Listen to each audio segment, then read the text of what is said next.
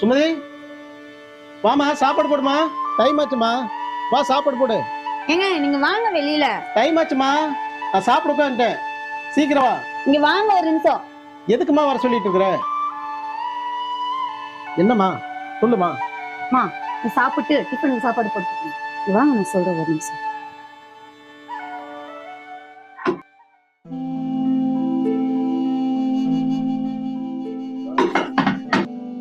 சொல்லுமா. நேற்று நைட்டே ஒரு டம்ளர் அரிசி தான் இருந்தது, அதுவே செஞ்சேன். இன்னைக்கு நீங்க வாங்கிட்டு வந்ததை செய்யணும்னு நான் சொன்னேன். இப்ப செஞ்ச சாப்பாடு பசங்க சாப்பிட்டு டிஃபனுக்கு எடுத்துட்டு போறதுக்கு தான் இருக்கு. உங்களுக்கு கூட சாப்பாடு இல்ல. ஆமாம்மா, நானும் மறந்து போய் சாப்பிட உட்காந்துட்டேன். எந்த வண்டி வேலைக்கு வரல, அதனாலதான் நம்ம அண்ணாச்சி கடையை சொல்லி ஒரு 5 கிலோ அரிசி வாங்கிட்டு வந்தீங்கன்னா நாளைக்கு பணம் கொடுத்துடலாம். ஏங்க நான் ஏற்கனவே கேட்டுட்டேன், பழைய பாக்கி கொடுத்ததான் அவர் அரிசியே தரும்னு சொல்லிட்டாருங்க. ஓ, கேட்டுட்டியா? சரி, இன்னைக்காவது ஆண்டா படி அளக்குறான்னு பார்ப்போம். இல்லைன்னா எங்கேயாவது பணம் கடனாதான் வாங்கிட்டு வரேன். கிளம்புறோம்மா. சரி.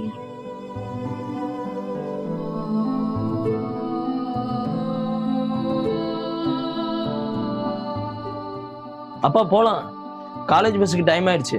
காலேஜ் பஸ் போயிருச்சுன்னா பிரைவேட் பஸ்ஸுக்கு தான் போகணும். அப்புறம் நீங்க தான் காசு தரணும். இல்ல இல்ல, கிளம்ப போலாம்.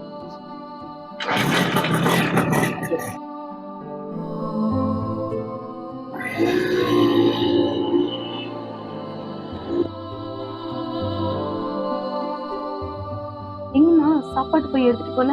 இல்லைம்மா, ஏம்மா? அப்பாவை நீயும் பேசிகிட்டு இருக்கிறது நான் கேட்டேன். அப்பா நைட்டு தான் அரிசி வாங்கிட்டு வருவாரு, அது வரைக்கும் நீ பட்னியாக கிடக்க முடியுமா? நான் இப்போ தானே சாப்பிட்டேன், மதியானம் ஒரு வேளை தானே, நான் சமாளிச்சுக்கிறேன், நீ சாப்பிடுங்க.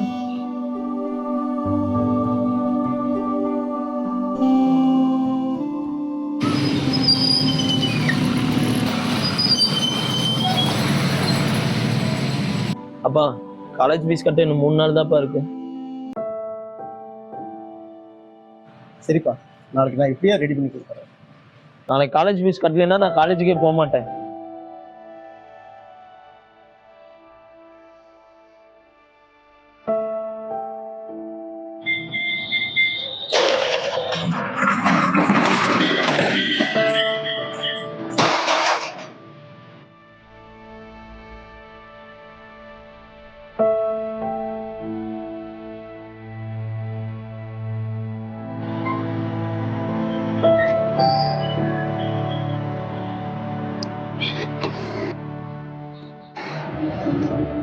என்னம்மா சார், நீங்க டீ நேரமா கொண்டு வந்தீங்க?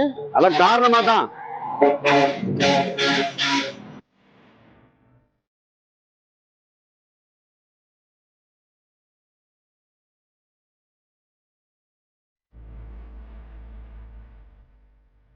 என்னம்மா சார், சாப்பிட்டு 1 மணி நேரம் கூட அதுக்குள்ளே டீ கொண்டு வந்துட்டீங்க? ஆயினா இன்னும் சாப்பிடுங்க. நான் உங்க பக்கத்து வீட்டுக்காரன். நான் வீட்டிலேருந்து கிளம்பும்போத சுமதிக்கா சொல்லி தான் விட்டாங்க நீங்க சாப்பிடலன்னு. ஓ, அவன் சொல்லிட்டானா? ஆமாண்ணே. ஏற்கனவே பாக்கி, அதனால தான். அண்ணே, நீங்க பணம் எப்போ இருக்கோ அப்போ தாங்க. இப்போ எதை பற்றியும் நீங்கள் கவலைப்படாதீங்க, சும்மா சாப்பிடுங்கண்ணே. வயிறு பசியோட வச்சுட்டு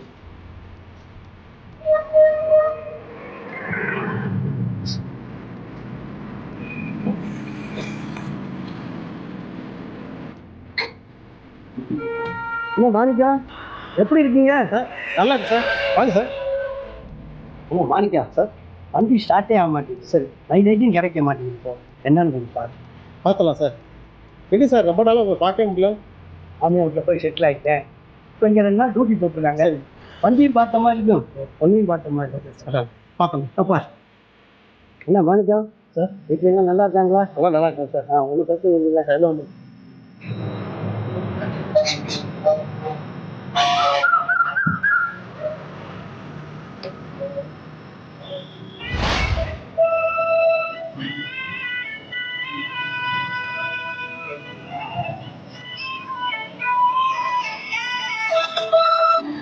ஹலோ சார், வணக்கம் சார். நல்லா இருக்கீங்களா? முடப்பட்டி ஸ்டேஷனில். சரி, நான் அப்புறம் தரேன். நல்லா இருக்கேன் சார். நீ எப்படி இருக்க, நல்லா இருக்கீங்களா? நல்லா இருக்கு சார். அப்புறம் நம்ம மெக்கானிக் மாணிக்கு எப்படி இருக்கு? நல்லா இருக்காரா? எங்கேயும் சார் நல்லா இருக்காரு. வேலை இல்லாமல் ரொம்ப கஷ்டப்பட்டு இருக்கார் சார். நம்ம மாணிக்க கடையில் தானே இருக்காரு? கடையில் தான் சார் இருக்காரு. இப்போதான் டீ கொடுத்துட்டு வரேங்க சார். பண உதவி செய்தாலும் வாங்க மாட்டாரு. ஏதாவது பண்ணுங்க. வண்டி ரிப்பேர்னு சொல்லிட்டு போய் வண்டியை விட்டு ஏதாவது உதவி பண்ணிடுறோம். சூப்பர் சார், அதே பண்ணுங்க சார். ஓகேம்மா சார், ஓகேம்மா. சரிங்க சார். அடாடா, கல்லுக்குள் ஈரம்னு சொல்லுவாங்க. இப்படியும் போலீஸ் நல்லவங்க இருக்காங்க. Salute sir.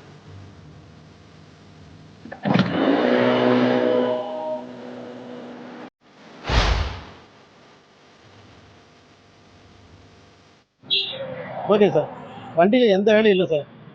வண்டி ரிப்பேர் கொண்டு வந்து விட்டுருக்கீங்க சார். வேலையே இல்லைன்னு சொல்கிறேன். அப்போ எவ்வளோ தெரியுங்க சார்? போப்பா, பேசாமல் வைக்க பேசக்கூடாது.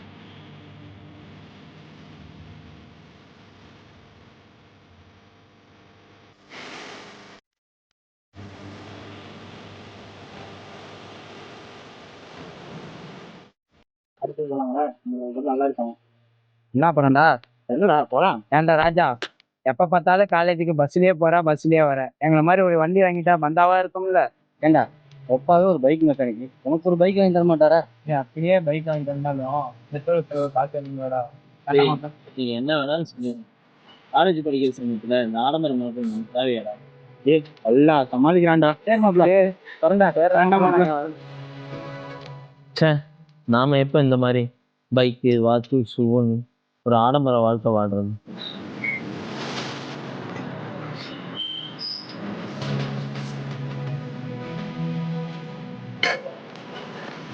அப்பா, நீ கடைசி நாள் ஃபீஸ் கொடுங்க. நீ கிளம்பு தம்பி. நான் ஒரு இடத்துல பணம் கேட்டிருக்கிறேன். இல்லை, காலையில் 10 மணிக்கு வந்து வாங்கி சொல்லியிருக்காங்க. நானே வந்து காலேஜில் ஃபீஸ் கட்டியிருந்தேன்.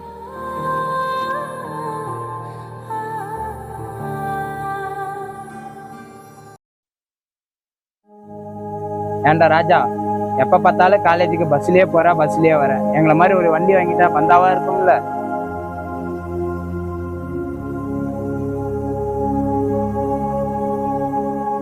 ஏண்டா, ஒப்பாவே ஒரு பைக் மெக்கானிக்கு, உனக்கு ஒரு பைக் வாங்கி தர மாட்டாரா?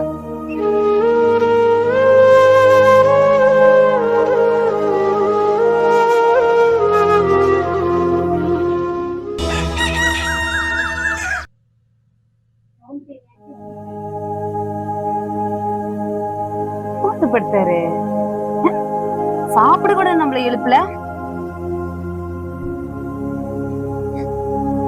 எங்க எங்க எங்க எங்க என்னங்க என்னங்க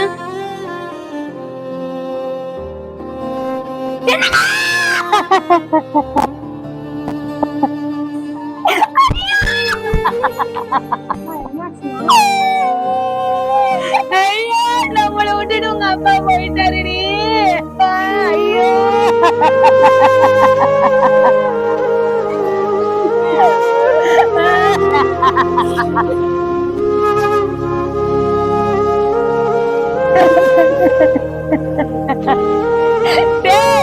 உங்க அப்பா வந்து பாருடா. உங்க அப்பா நம்மள விட்டுட்டு போயிட்டாரா?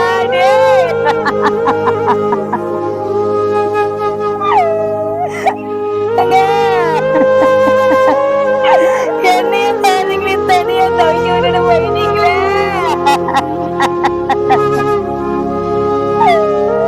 ஐயோ,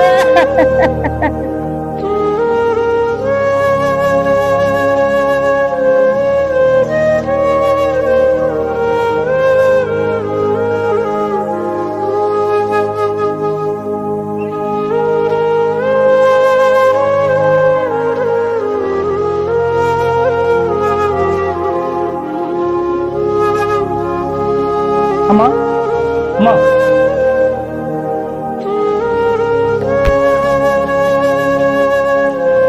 ஐயா, எங்க வீட்டுக்காரர் கடையெல்லாம் வாங்கியிருக்காரா? அவர் என்கிட்ட கடன்லாம் வாங்கலம்மா. அவர் இறந்த அன்னைக்கு நான் வெளியூரில் இருந்தேன். அதனால் அவர் இறப்புக்கு வர முடியல. அது 2 நாள் கழிச்சு தான் எனக்கு தகவல் கேள்விப்பட்டு இப்போ தாம்மா வந்தேன். சரி, 你的，我们的 பெரிய மனுஷன் இருக்கு. உங்க வீட்டுக்காரர் இறக்கறதுக்கு 2 நாளைக்கு முன்னாடி என்னை வந்து பார்த்தாருமா. சார் வணக்கம், எப்படி இருக்கீங்க? நல்லா இருக்கீங்களா? வணக்கம் சார். அப்புறம் வீட்டில் எல்லாம் நல்லா இருக்காங்களா? பசங்க எல்லாம் நல்லா படிக்கிறாங்களா? நல்லா படிக்கிறாங்க சார்.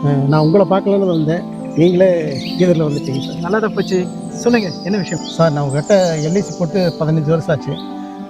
இது வரைக்கும் கரெக்டாக தான் கட்டிட்டு வந்தேன். ஆனால் ஆமாம், கரெக்டாக எல்லாமே கரெக்டாக கட்டிக்கிட்டு தான் வந்தீங்க. கடைசியாக ஒரு 2 டியூ மட்டும் பெண்டிங்காக இருக்கீங்க. ஏன் வீட்டில் ஏதாவது கஷ்டங்களா? இல்லை அப்படியெல்லாம் ஒன்றும் இல்லை சார். சார், நான் எல்ஐசி ஆரம்பிக்கும் போது அதனுடைய டிடி கேட்டது. இதை பற்றி இப்போ வேணால் தெரிஞ்சுக்கலாம். சொல்லுங்கள், என்ன தெரிஞ்சுக்கணும்? சார், என் உயிருக்கு ஏதாவது ரிஸ்க் ஆச்சுன்னா என் குடும்பத்துக்கு எவ்வளோ பணம் கிடைக்கும் சார்? ஏன் இப்படி கேட்குறீங்க? இல்லை, தெரிஞ்சுக்கலாம்னு கேட்டேன் சார். மணிக்கா, நீங்கள் 15 வருஷமாக பணம் கட்டியிருக்கீங்க. அதுக்குண்டான காப்பு தொகையும் ப்ளஸ் போனஸும் கிடைக்கும். கிட்டத்தட்ட ஒரு 10 லட்சத்துக்கு மேலே கிடைக்கும்னு வச்சுக்கோங்க. சரி சார். ஏன் மணிக்கம், குடும்பத்தில் ஏதாவது கஷ்டங்களா? சொல்லுங்கள், நான் எதனா பணம் தரேன். இல்லை பரவாயில்ல சார், அதெல்லாம் ஒன்றும் இல்லை சார். ஓகே, ரொம்ப நன்றி சார். வரேன் சார். அவர் வந்து கேட்டப்போ எனக்கு எதுவுமே புரியல. எதாச்சியாக தான் கேட்டாருன்னு நினச்சேன். ஆனால் அவர் தன் குடும்பம் கஷ்டப்படுறதை நினச்சி ரொம்ப நொந்து இறந்துருக்காரு.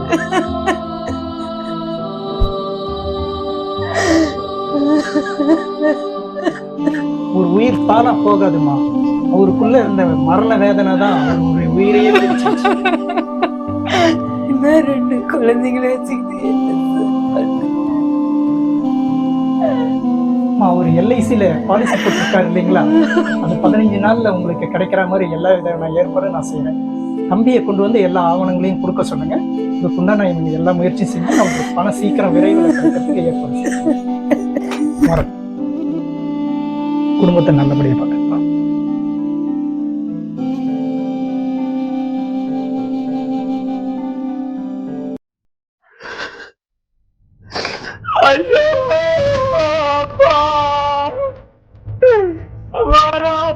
நான் கொண்டுட்டேன்.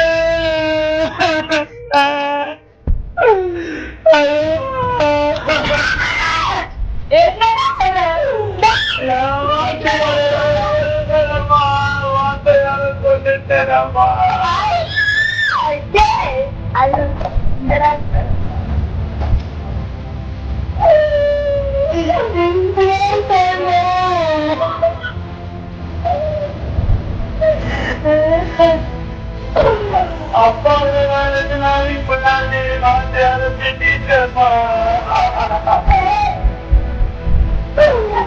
நான் இப்ப அப்பா ஒரு மகன் கேட்க கூடாது.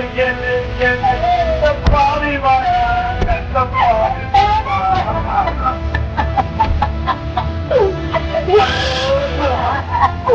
அன்னைக்கு என்ன நடந்ததுடா? அறிவே இல்லையா? உன்னாலே காலேஜ் ஃபீஸ் கட்ட முடியலையே, என்னையே படிக்க வைக்கிறீங்க. காலேஜ்ல எல்லா பசங்களும் நல்ல துணி போட்டு வராங்க. என்னையும் பாரு, இருந்தாலும் எனக்கு ஒரு செருப்பு வாங்கி தர முடியுதா? என் செருப்பை பாத்தியா? கையில ஏதாவது வாட்ச் இருக்கா? இதெல்லாம் வாங்கி தர முடியல. உனக்கெல்லாம் இது குடும்ப குழந்தைகள்லாம்.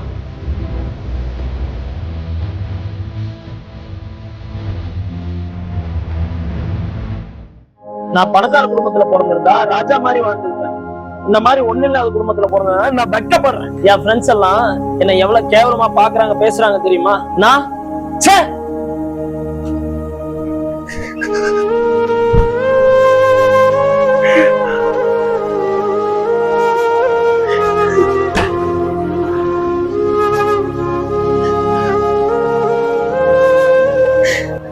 நான் ஆடம்பரமா ஆசைப்பட்டு அப்பாவை அந்த மாதிரி திட்டேன்.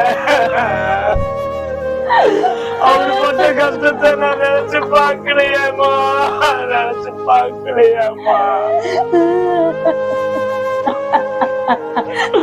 அற்புதமான ஆடம்பர வாழ்க்கைக்கு ஆசைப்பட்டு ஆடம்பரமான நம்ம வாழ்ந்த குடும்பத்தை அடியோட வெட்டி சாச்சிட்டியடா.